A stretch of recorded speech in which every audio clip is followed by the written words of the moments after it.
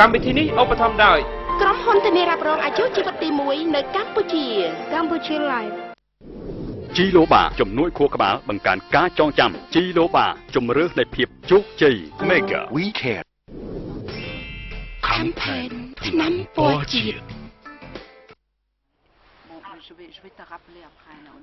កម្មវិធីចក្ខុវិស័យកម្ពុជាសូមស្វាគមន៍អស់លោកអ្នកបាទថ្ងៃនេះថ្ងៃពុធ900ខែពិសាខឆ្នាំមមីឆស័កពុទ្ធសករាជ2558ចូលនៅថ្ងៃទី22ខែឧសភាគឺសករាជ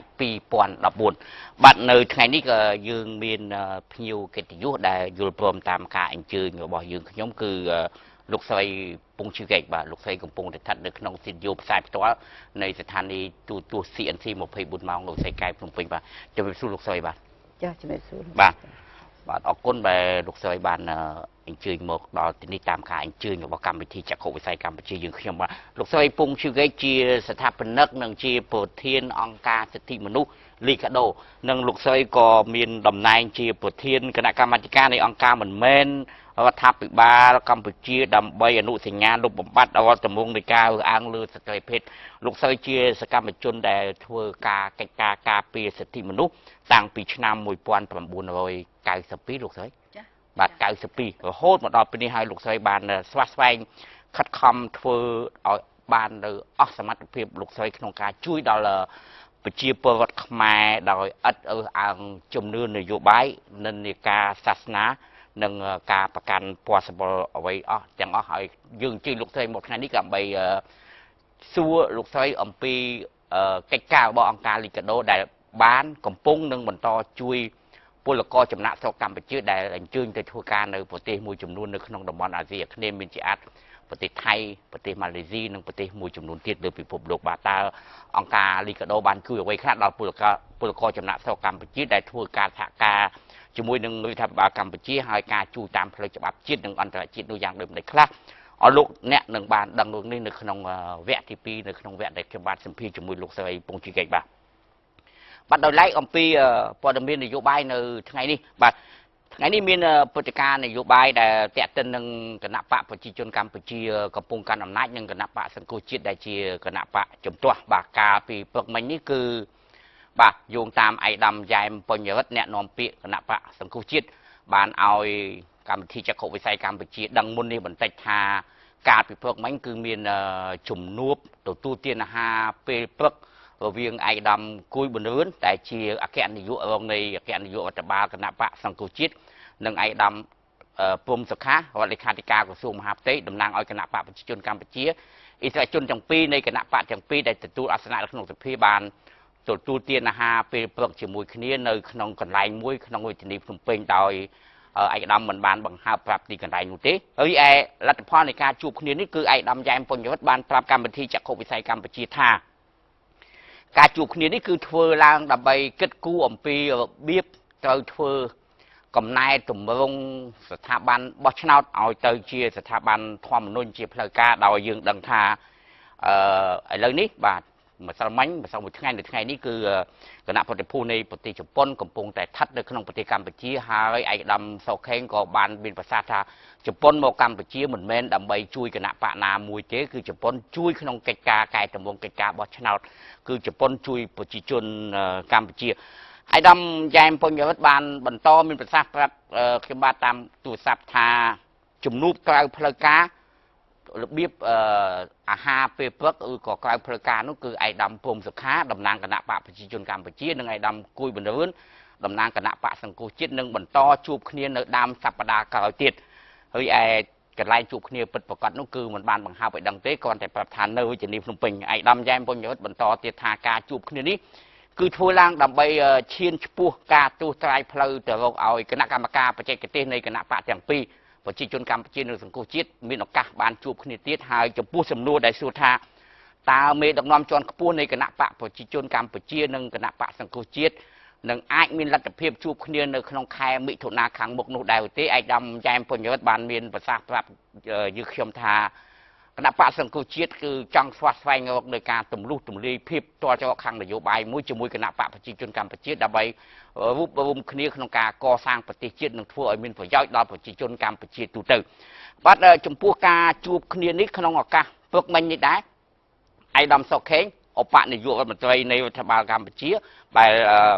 เรื่องนี้ไงนี่ไอ้ดำในเชียดำในในยุคมันใจในที่ให้ขนมการได้ไอ้ดำสกเข่งจืดเจอประชุมในวัดเพียขนมธนาเชียดำนางเลยคณะปะปจีจนการปจีในมันโดยบัดดำบอง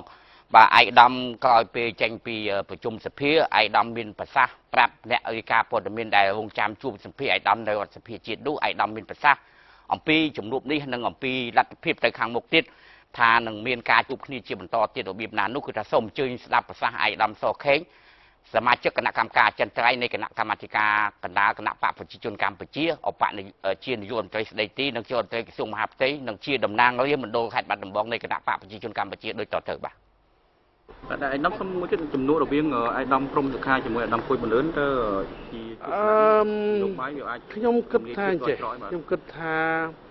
ไอ้เรื่องนี้คือเอาไว้ได้ยืงตรการของพอดนู้คือชันเตะโอ้ปัญหาได้ตรการเจเพียรสากนี้กับประเทศวิมีนปัญหาเชิญปัญหายืงมันตรวจตรายก็ลองตัวนี้เลยจำนวนทมจีจารรุ่นมาให้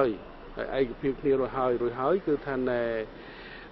จงกร้อยเตยจีบานบอกบองเจ้าเหนือไม่ได้บานไอ้เพียงนี้จังที่เหนือเพียงนี้คือจงกึศหาชันเตะปัดประกอบคือเชี่ยกระตากำหนดในการออกสลายปัญหาไอ้นึกไม่จำนวนคำพูดนโยบายเดี๋ยวเป็นขนาดนักนอนปีที่บัตรต่อปีจุดเวทีเข้มกึศทานุ่งให้ได้ไปเชี่ยเอาคืนทานในชันเตะบัสนาเชี่ยมีชันเตะประกอบจำนวนคำพูดลุปัจจุบันมีลูกสาวเมซี่ขึ้นไทยกดการพิมพ์เซอร์มิ่งประมาณงั้นกดจองมีนถึงโน้จองจอจ้าบรรดากดนักกร้ากดเพื่อการบีบหาเปลี่ยนโอเคเปลี่ยนเลยก็ได้จังไงดำจังไม่ต้องบาเข้มแล้วเข้มตะคอดมันน้อยก้อนยัยก็มันดังทำไม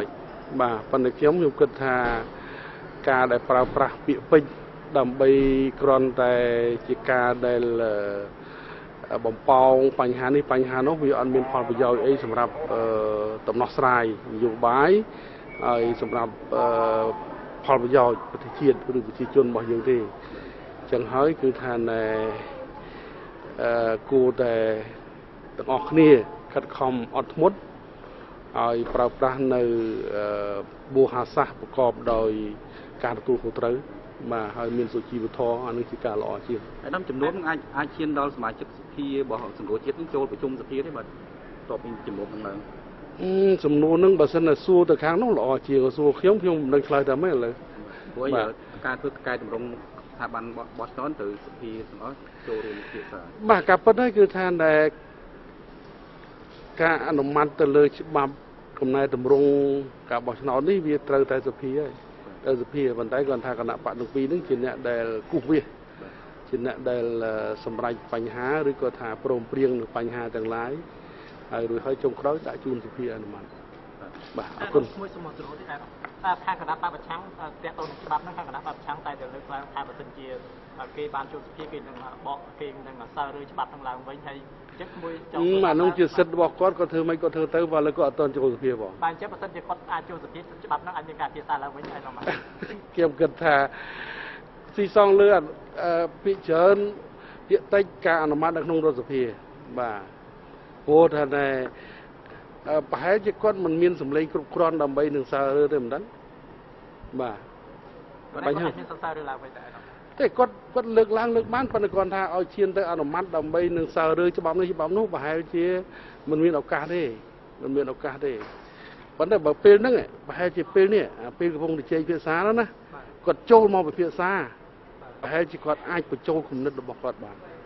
แต่còn bỏ bằng cho là cá nưng ấy còn trâu thằng ấy rồi phía mình cũng tất cả vẫnแล้วยืนสู้ท่านน่ากรุบตึกน้ำกรุบตึกเลยบ้าเนี่ยได้กรุบชุบบับมาประชุมรัฐสภากรุบตามชันเตะไปเชียร์ปรอดเตยจีเนี่ยมันกรุบตึกบานทัวร์สจาปรอนเทียนโจกันตรงไหนไอ้เนี่ยได้บอกบังหรือมันกรุบชันเตะไปเชียร์ปรอดให้มันบานสปอร์ตโจกันตรงไหนตัวใบแถกดมีนเดี๋ยวท่านในสปอร์ตเพียบก็ได้แล้วกดมีนสปอร์ตเพียบเชื่อตำนานดิปันไดกดบนตอนโจสปอร์ตคนกันไหนกดเต้ได้มันกรุบตึกว่าเช่ไอ้น้ำจำนวนระเบียงคณะกรรมการญี่ปุ่นที่การดำรงการบัตรนอนั่งจุกเหมือนน้ำมันเสียซาเลยปัญหามันเครื่องมันตอนมันจุกดิ ខ្ញុំមិនទៅមកជួបទេសហគ្រាសរបស់ខ្ញុំនឹងជួបបានជួបប៉ុន្តែតាក់ទងរឿងបច្ចេកទេសទេជប៉ុនគាត់មិនតាក់ទងរឿងសម្រាប់ចិត្តនយោបាយទេសំខាន់រឿងបច្ចេកទេសទេបាទអរគុណ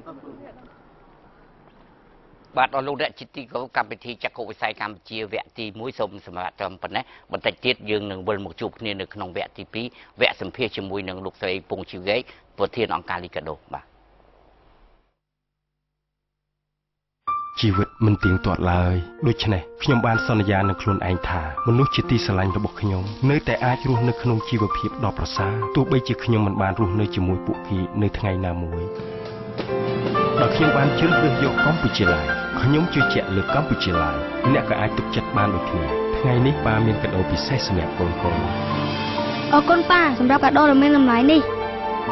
ក្រុមហ៊ុនធានារ៉ាប់រងអាយុជីវិតទី1នៅកម្ពុជាឡាយ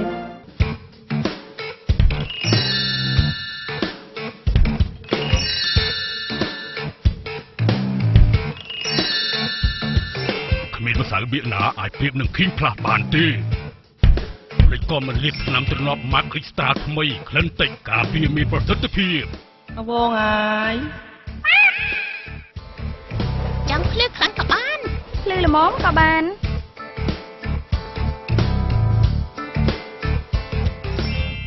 ខំផែនថ្នាំពណ៌ជាតិភាពជោគជ័យកើតឡើងពីការតស៊ូព្យាយាមរួមផ្សំជាមួយនឹងការបដិញ្ញាចិត្តការថែរក្សាខួរក្បាលក៏ជាកត្តាដ៏សំខាន់ដើម្បីឲ្យខួរក្បាលមានភាពឆ្លៀសវៃនិងមានសុខភាពល្អជាប្រចាំឱសថជីឡូបាជំនួយខួរក្បាលបង្កើនការចងចាំក្នុងនាមខ្ញុំជាអ្នកដឹកនាំម្នាក់ខ្ញុំតែងគិតគូរជានិច្ចអំពីការថែរក្សាសុខភាពខួរក្បាលរបស់ខ្ញុំឲ្យបានល្អខ្ញុំប្រើឱសថជំនួយខួរក្បាលជីឡូបាជារៀងរាល់ថ្ងៃព្រោះវាជួយឲ្យខួរក្បាលមានសុខភាពល្អគិតបានរហ័សជាពិសេសវាជួយឲ្យការចងចាំរបស់ខ្ញុំកាន់តែប្រសើរឡើងឱសថជីឡូបាជំនួយខួរក្បាលបង្កើនការចងចាំជីឡូបាជំរឿសនៃភាពជោគជ័យ Mega We Care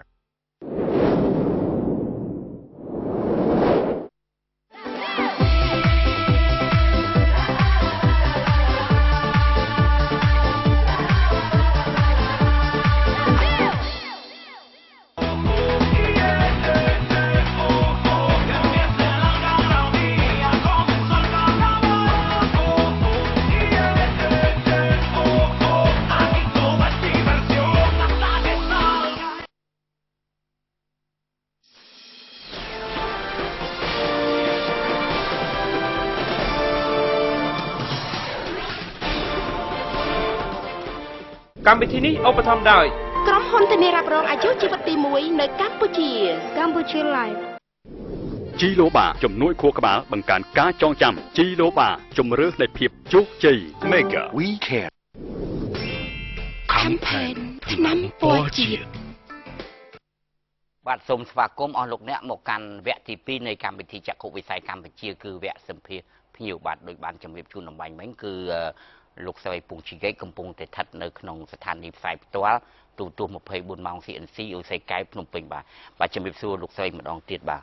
សួរលោកបាទប្រធានបទថ្ងៃនេះដូចខ្ញុំបាទបានជំរាបជូនលោកស្រីគឺថាតើអង្គការលីកាដូនឹងបានជួយពលករចំណាក់ស្រុកខ្មែរយ៉ាងដូចម្ដេចខ្លះដែលមួយចំនួនចំណាក់ស្រុកទៅធ្វើការនៅប្រទេសថៃមួយចំនួនទៅម៉ាឡេស៊ីខ្លះក៏ឥណ្ឌូនេស៊ីនិងប្រទេសផ្សេងទៀតបាទពិតមែនទេថាមាននៅអង្គើមិនល្អខ្លះពីប្រទេសម្ចាស់ផ្ទះពីម្ចាស់ដែលជួលខ្មែរទៅហ្នឹងណាមាននិយាយឲ្យត្រង់ទៅគឺថាមានការរំលោភសិទ្ធិពលករខ្មែរយើងតើលីកាដូបានធ្វើសហការជាមួយរដ្ឋាភិបាលកម្ពុជាស្រាយបញ្ហានឹងតាមផ្លូវច្បាប់ជាតិនិងអន្តរជាតិយ៉ាងដូចម្ដេចខ្លះដើម្បីជួយជនរួមជាតិខ្មែរដែលទៅធ្វើការនៅក្រៅប្រទេសនឹងសូមអញ្ជើញលោកស្រីបាទចាជាការពិតហើយមានបងប្អូនយើងឥឡូវនេះបានចាក់ចេញពីប្រទេសកម្ពុជាទៅរកការងារធ្វើនៅបរទេសចាអញ្ចឹងយើងបានទទួលទូរស័ព្ទណាពីបងប្អូននឹងផ្ទាល់មកបានជួយឲ្យសុំឲ្យយើងជួយឬក៏បងប្អូនក្រុមគ្រួសារដែលនៅភ្នំពេញនេះរត់មករកឲ្យអង្គការលីកាដូជួយចាយើងជួយរបៀបយ៉ាងម៉េចចាយើងតែងតែសម្ភាសក្រុមគ្រួសារនៅភ្នំពេញនេះដើម្បីចង់ដឹងថាតើទៅនឹងទៅតាមផ្លូវក្រុមហ៊ុនដែលស្របច្បាប់ឬក៏ទៅតាមមេខ្យល់បើទៅតាមមេខ្យល់គឺ 100% គឺថាការជួញដូរបើទៅតាមក្រុមហ៊ុនគឺមានឱកាស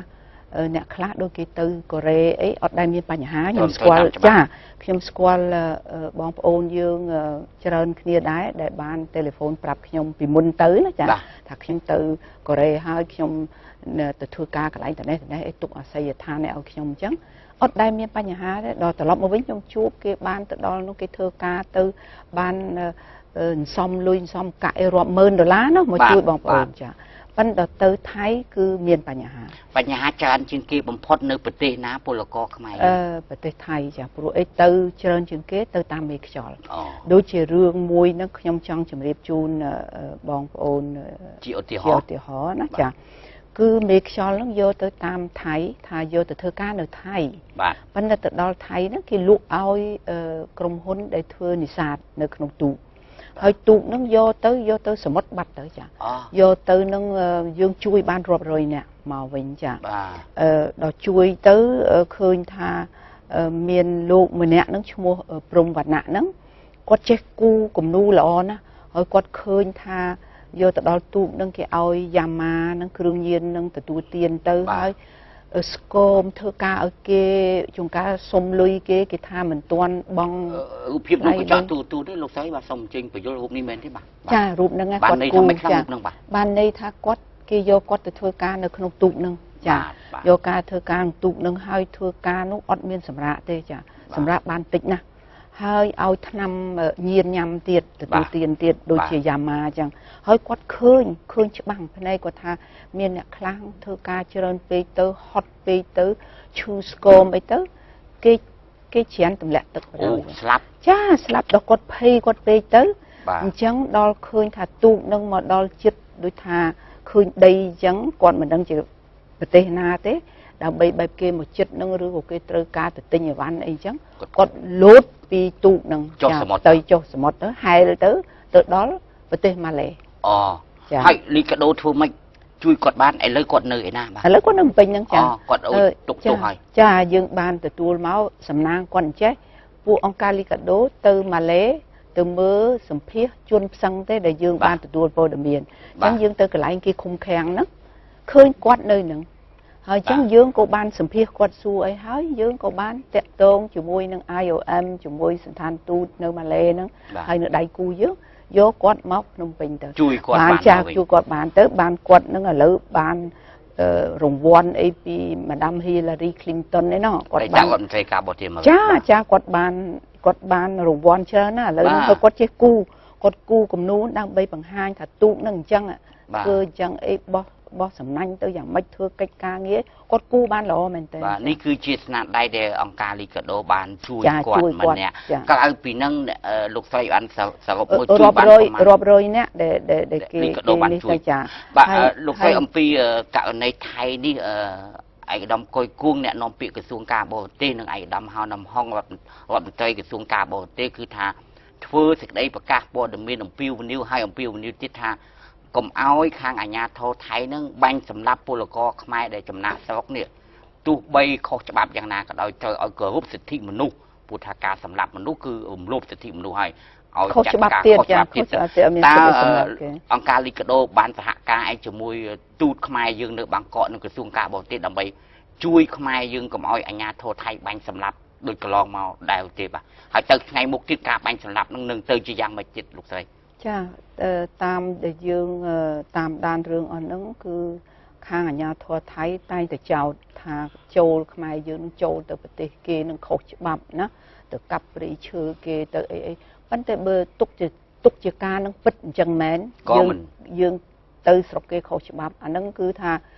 អាចមានអញ្ចឹងមែនចាព្រោះអីចង់ទៅរកការងារធ្វើហ្នឹងក៏អត់មានសិទ្ធអីមកបាញ់មនុស្សស្លាប់ដែរយ៉ាងច្រើនចាប់ទៅបញ្ជូនមកប្រទេសយើងវិញទៅលីកាដូបានជួយអ្វីខ្លះក្នុងកិច្ចការហ្នឹងដើម្បីបន្ថយការបាញ់សម្លាប់របស់គាត់លីកាដូបានសហការជាមួយទូតខ្មែរនៅបាងកកនិងក្រសួងការបរទេសនិងក្រសួងការងារ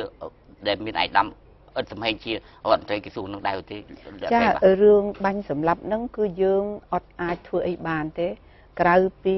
គ្រាន់តែធ្វើជាសក្តីថ្លែងការណ៍អីឬក៏ជំរាបជូនប៉ុន្តែយើងមិនបាច់ជំរាបជូនរដ្ឋាភិបាលយើងទេលោកជ្រាបហើយអញ្ចឹងខ្ញុំក៏បានដឹងតំណែងថាលោកក៏បានតាក់ទងជាមួយរដ្ឋាភិបាលអាជ្ញាធរថៃដែរដើម្បីនឹងចរចារឿងហ្នឹងគឺ ត្រូវតែរដ្ឋាភិបាលចរចាគ្នាចំណែកអង្គការមិនរដ្ឋាភិបាលយើងអត់មានសិទ្ធិអីទៅចូលឲ្យបង្គាប់គេឲ្យធ្វើកុំឲ្យធ្វើនេះធ្វើនោះបានគ្រាន់តែយើងអាចលើករឿងហ្នឹងជម្រាបជូនរដ្ឋាភិបាលប៉ុន្តែខ្ញុំឃើញថារដ្ឋាភិបាលលោកជ្រាបហើយរឿងអស់ហ្នឹងប៉ុន្តែខ្ញុំចង់និយាយរឿងមួយទៀតឥឡូវនេះគឺយើងឃើញថាចាប់តាំងពីបោះឆ្នោតនឹងមករហូតដល់ឥឡូវនេះអង្គការលីកាដូទទួលជាង60ករណីចាគឺស្ត្រីខ្មែរយើងគេមកជួញដូរយកទៅប្រទេសចិនដើម្បីអីគេមកបោកគេថាយកទៅប្រទេសចិនហ្នឹងដើម្បីឲ្យទៅធ្វើការកន្លែងទៅនេះកន្លែងទៅនោះបានប្រាក់ខែប៉ុណ្ណេះអីទៅដល់ទៅដល់អត់ទេដកយកប៉ាសពតចេញហើយទិញសម្បត្តិកប៉ាល់ហោះហ្នឹងទិញឲ្យទៅទេអត់មានមកវិញទេបាទចាហើយទៅដល់នោះបង្ខំឲ្យគ្នារៀបអាពាហ៍ពិពាហ៍ជាមួយបរិសុទ្ធចិនឥឡូវ60នាក់នឹងនៅឯណាហើយលីកាដូកំពុងតែនៅចិនហ្នឹងចាយើងកំពុងតែខ្វះខ្វាយជួយយើងជួយបានតែ 4-5 ករណីព្រោះយើងអត់អាចទៅប្រទេសចិនបានទេខុសគ្នាជាមួយប្រទេសដូចជាម៉ាឡេបើយើងបានទទួលព័ត៌មានមកថាមានស្ត្រីខ្មែរយើងទៅនៅផ្ទះគេធ្វើបាបអីយើងមានដៃគូយើងនៅម៉ាឡេនៅកូឡាឡាំពួរចានៅកូឡាឡាំពួរដៃគូយើងហ្នឹងគឺជាអង្គការមិនរដ្ឋាភិបាលរបស់ម៉ាឡេហើយអង្គការមិនរដ្ឋាភិបាលនោះគឺសកម្មមែនទែននឹងជួយយើងបានចាយើងអាចទៅម៉ាឡេស្រួលយើងទៅមើលដូចជាអង្គការលីកាដូធ្លាប់ទៅប្រហែលដងហើយទៅមើលកន្លែងដែលគេឃុំឃាំងអន្តោប្រវេសន៍ខុសច្បាប់អញ្ចឹងណាចាយើងអាចទៅសម្ភាសអីហើយយើងសហការជាមួយ IOM ដែលជាអង្គការរបស់អង្គការសហប្រជាជាតិគាត់អ្នកចេញថ្លៃសហុយអីយកមកបានអញ្ចឹងស្រួលមានការតំណែងតំណងស្រួលជាងនៅម៉ាឡេចំណែកចិនយើងពិបាកទៅអញ្ចឹងយើងត្រូវតែមានតែយើងរំពឹងតែមួយគត់គឺរំពឹងទៅលើសន្តានទូតខ្មែរយើងនៅហ្នឹងតើរដ្ឋាភិបាលចិនប្រជាមានិតពេលកាំងអនុញ្ញាតឲ្យមន្ត្រីលីកាដូចូលទៅធ្វើកិច្ចការនៅក្នុងប្រទេសយើងអត់ដែរសុំទៅទេប៉ុន្តែយើងដឹងថាពិបាកឲ្យសុំទៅព្រោះសុំទៅនេះត្រូវសុំវីសា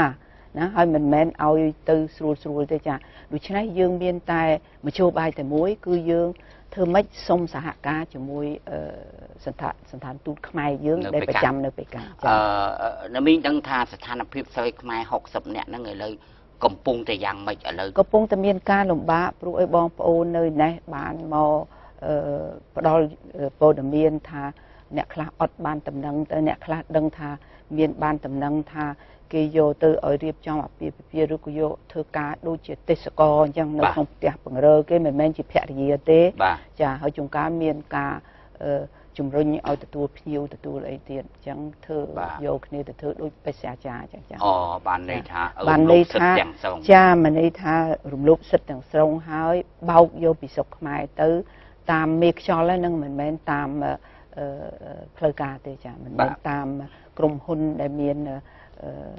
លីកាដូលោកស្រីបានជូនដំណឹងនឹងចែករំលែកព័ត៌មាននឹងទៅក្រសួងការងារនិងក្រសួងការបរទេសយើងចាខ្ញុំថាក្រសួងយើងនៅពេលក្រសួងការងារហើយក្រសួងហើយនឹងសន្តានទូតខ្មែរយើងលោកដឹងព្រោះអីប្រមាណករណីដែលយើងជួយបានហ្នឹងដោយសារយើងបានសហការជាមួយសន្តានទូតចាប៉ុន្តែវាគ្រាន់ថាមិនបានដូចចិត្តយើងណាចាចិត្តយើងចង់ធ្វើម៉េចឲ្យជួយឲ្យបានទាំងអស់គ្នាដែលករណីយើងមាននឹងដៃនឹងប្រមាណហ្នឹងចង់ឲ្យបានទាំងអស់គ្នានឹងត្រឡប់មកប្រទេសកម្ពុជាយើងវិញបាទលោកស្រីក្រៅពីនឹងនៅមានប្រទេសណាទៀតដែលពលករខ្មែរឬប្រជាពលរដ្ឋខ្មែរកំពុងតែរងគ្រោះដែលត្រូវគេធ្វើបាបឲ្យបានមកប្តឹងលីកាដូមានប្រទេសណាទៀតប្រទេសច្រើនទៀតគឺម៉ាឡេនឹងតែមកចាមុននឹងខ្ញុំមកហ្នឹងក៏មានម្នាក់ទូរស័ព្ទមកម្ដាយថាបាត់កូន4ឆ្នាំហើយទៅម៉ាឡេហ្នឹងចាយើងដឹងថារដ្ឋាភិបាលលោកចង់ការពារចង់ទប់ស្កាត់ចឹងដែរណាអញ្ចឹងលោកបានប្រកាសឆន្ទៈថាមិនអោយចេញទៅទៀតទេប៉ុន្តែយើងដឹងដំណឹងមកថាអ្នកដែលនៅក្នុងស្រាប់ពេលណាគ្នាចប់កុងត្រាស្ត្រីនោះចង់ត្រឡប់មកផ្ទះវិញអញ្ចឹងក្រុមហ៊ុនហ្នឹងគឺបង្ខំឲ្យបន្តកុងត្រានៅក្នុងទៀតចាហ្នឹងហើយដែលខុសច្បាប់ហ្នឹងហើយដែលមានបញ្ហាច្រើននៅលើហ្នឹងចាបាទខ្ញុំបានសិទ្ធិជាមួយឯកឧត្តមអ៊ិតសំហេងកាលពីខែមុនរដ្ឋមន្ត្រីក្រសួងការងារនិងបណ្ដុះវិជ្ជាជីវៈឯកឧត្តមមានប្រសាសន៍ថារដ្ឋាភិបាលកម្ពុជាគឺយកចិត្តទុកដាក់ខ្លាំងណាស់ចំពោះពលករចំណាក់ស្រុកនេះបាទក្នុងនាមលោកស្រីជាប្រធានអង្គការលីកាដូខ្ញុំបាទចង់សួរថាកិច្ចសហការរបស់អង្គការរដ្ឋបាលមួយនេះជាមួយនឹងរដ្ឋបាលកម្ពុជានឹងគឺថាដល់កម្រិតណាហើយលោកស្រីចង់មានប្រសាសន៍អ្វីទៅកាន់រដ្ឋបាលកម្ពុជាពិសេសក្រសួងសម័យពាក់ព័ន្ធក្រសួងការបរទេសនិងក្រសួងការងារបរមរាជវិជ្ជាជីវៈសូមជួយបាទ ចាខ្ញុំថាយើងចង់ឲ្យមានសហការជានឹងហើយជាពិសេសយើងចង់ឲ្យរដ្ឋាភិបាលយើងនេះចុះសច្ចាប័នលើអនុសញ្ញាអន្តរជាតិមួយព្រោះយើងគ្រាន់តែសញ្ញាទេអនុសញ្ញាហ្នឹងគឺអនុសញ្ញាស្ដីពីការពារចំណាក់ស្រុកនិងគ្រួសារគេមានហើយយើងសញ្ញាចុះហត្ថលេខាប៉ុន្តែមិនទាន់ចុះសច្ចាប័នខុសគ្នាណាចុះសច្ចាប័នបានដីថាទៅយកទៅរដ្ឋសភាឲ្យសច្ចាប័នចាឲ្យរដ្ឋសភាឲ្យបកូនណាឡាយប្រហោះលេខាទៀតចានឹងមួយហើយមួយទៀតយើងចង់សូមឲ្យរដ្ឋាភិបាលយើងលោកចុះសច្ចាប័នដែរលើអនុសញ្ញារបស់ ILO 189ដើម្បីការពារចំណាក់ស្រុកដែលទៅធ្វើការនៅក្នុងផ្ទះដូចជានៅម៉ាឡេជាច្រើនចាព្រោះឥឡូវយើងដឹងថាមិនមែនតែប្រទេសម៉ាឡេប្រទេសផ្សឹងទៀតក៏ចង់យកទៅដែរដូចជាសិង្ហបុរីក៏ចង់បានដែរចានៅសាអូឌីអារ៉ាប៊ីយ៉ាក៏ចង់បានដែរចាអញ្ចឹងយើងចង់ឲ្យមានអានឹងមួយបើរដ្ឋាភិបាលយើងលោកចុះសច្ចាប័នលើអានឹងលោកនឹងធ្វើច្បាប់មួយដើម្បីការពារខ្ញុំចង់ឃើញចេះនេះគឺជាការចង់របស់ពួកខ្ញុំចង់ឃើញថាពេលណាចំណាក់ស្រុកយើងនេះយើងមិនអាចខាត់បងប្អូនយើងមិនឲ្យចេញទៅប្រទេសក្រៅទេព្រោះជាសិទ្ធិរបស់បងប្អូនយើងចាចាអញ្ចឹងយើងចង់ឃើញថាមុននឹងចេញទៅនឹងឲ្យបានទទួលព័ត៌មានគ្រប់គ្រាន់សូមឲ្យអង្គការមិនរដ្ឋាភិបាលនេះមានសិទ្ធិបង្រៀនបងប្អូននឹងឲ្យដឹងច្បាស់លាស់ថាយ៉ាងម៉េចហើយពេលដែលចេញដំណើរទៅនឹងសូមឲ្យមន្ត្រីម្នាក់ពីក្រសួងការងារជូនដំណើរទៅជូនទៅដល់ប្រទេសនោះទៅចុះឈ្មោះនៅសន្តានទូតខ្មែរយើងបានត្រឹមត្រូវតាមច្បាប់ជាតិនិងអន្តរជាតិនិងច្បាប់ប្រទេសដែលយើងទៅធ្វើការនោះបាទអ្នកស្រីពងជីកេកប្រធានអង្គការលីកាដូខ្ញុំបាទសូមអរគុណបាទសោកស្ដាយដោយសារពេលវេលាមានកំណត់ចំពោះការផ្តល់បទសម្ភាសន៍នេះគឺមានសារៈប្រយោជន៍សំខាន់ណាស់សម្រាប់ជួយពលករខ្មែរយើងឲ្យមាននៅសេចក្តីថ្លៃថ្នូរក្នុងឋានៈជាមនុស្សនិងគោរពសិទ្ធិមនុស្សបាទអរលោកអ្នកជាទីគោរពកម្មវិធីចក្ខុវិស័យកម្ពុជាមកដល់ពេលនេះគឺថាសូមបញ្ចប់ត្រឹមប៉ុណ្ណេះខ្ញុំបាទសូមគោរពលាបាទ